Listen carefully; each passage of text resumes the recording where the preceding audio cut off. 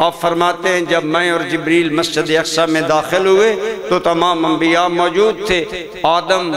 صفی اللہ، ابراہیم خلیل اللہ جد الانبیاء، یہ بڑے بڑی شانوں والے موجود تھے، سب صفوں میں تھے، مصلی امامت خالی تھا، جبریل نے آذان پڑھی اور میرا ہاتھ پکڑا اور مجھے مصلی امامت پر کھڑا کر دیا۔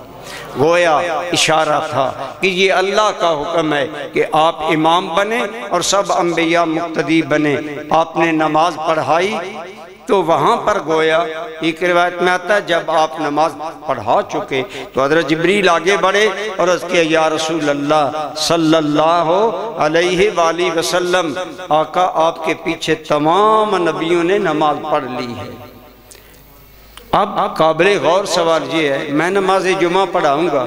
مجھے یہ جاننا تو ضروری نہیں کہ میرے پیچھے کون جمعہ پڑھ رہا ہے، امام نماز پڑھاتا ہے، پیچھے جو پڑھتا ہے سو پڑھتا ہے، لیکن جبریل نے یہ کیوں بطور خاص بتایا کہ اے محمد صلی اللہ علیہ وسلم آپ کے پیچھے آج جتنے نبی آپ سے پہلے آئے ان سب نے نماز پڑھ لی ہے۔ اس کے اندر دو علماء نے وجوہات بیان کی، ایک تو یہ بیان کیا کہ یا رسول اللہ آپ خاتم النبیین ہیں، آپ نبوت کے درجات کو مکمل کرنے والے ہیں، تو جب کوئی چیز اپنے کمال کو پہنچتی ہے تو باقی درجے نیچے رہ جاتے ہیں، لہٰذا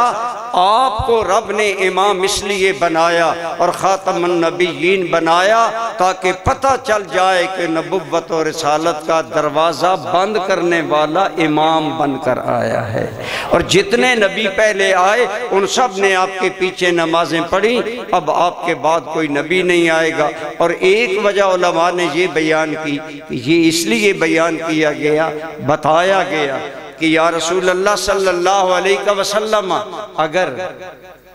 9 سال کے عرصہ میں مکہ والے آپ کی بات نہیں مان رہے، آپ کے مقتدی نہیں بنے، اگر طائف والے محروم رہے، اگر مکہ کے گرد و پیش والے محروم رہے، آپ کے مقتدی نہیں بنے تو آپ کی شان میں کوئی فرق نہیں، آپ تو وہ ہیں جنہیں اللہ نے سارے نبیوں کا امام بنا دیا ہے۔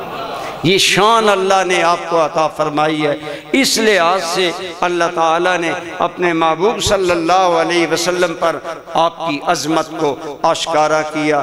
عالم بالا کی دنیا میں ملائکہ کے اندر بھی درجہ بندی ہے، جیسے رسولوں کے اندر درجہ بندی ہے، تِلْكَ الرُّسُلُ فَضَّلْنَا بَعْدَهُمْ عَلَى بَعْضٍ، فرمایا رسول سارے میرے ہیں لیکن ہے درجہ بندی، ایسے ہی ملائکہ سارے اللہ کے بندے ہیں لیکن ان کے اندر درجہ بندی ہے، اور ان میں سردار جبریل امین ہیں اور جبریل کے بعد میکائیل ہیں۔ تو نورانی دنیا کے 2 بڑے شخص یا 2 بڑی ذاتیں جن میں ایک جبریل ہے اور ایک میکائیل ہے، جب حضور براق پر سوار ہوئے تو حضرت جبریل امین نے رکاب تھامی، میکائیل نے لگام تھامی، بتا دیا اے محمد آج ہم نے تمہیں عالم بشریت کا بھی امام بنا دیا، عالم روحانیت کا بھی امام بنا دیا۔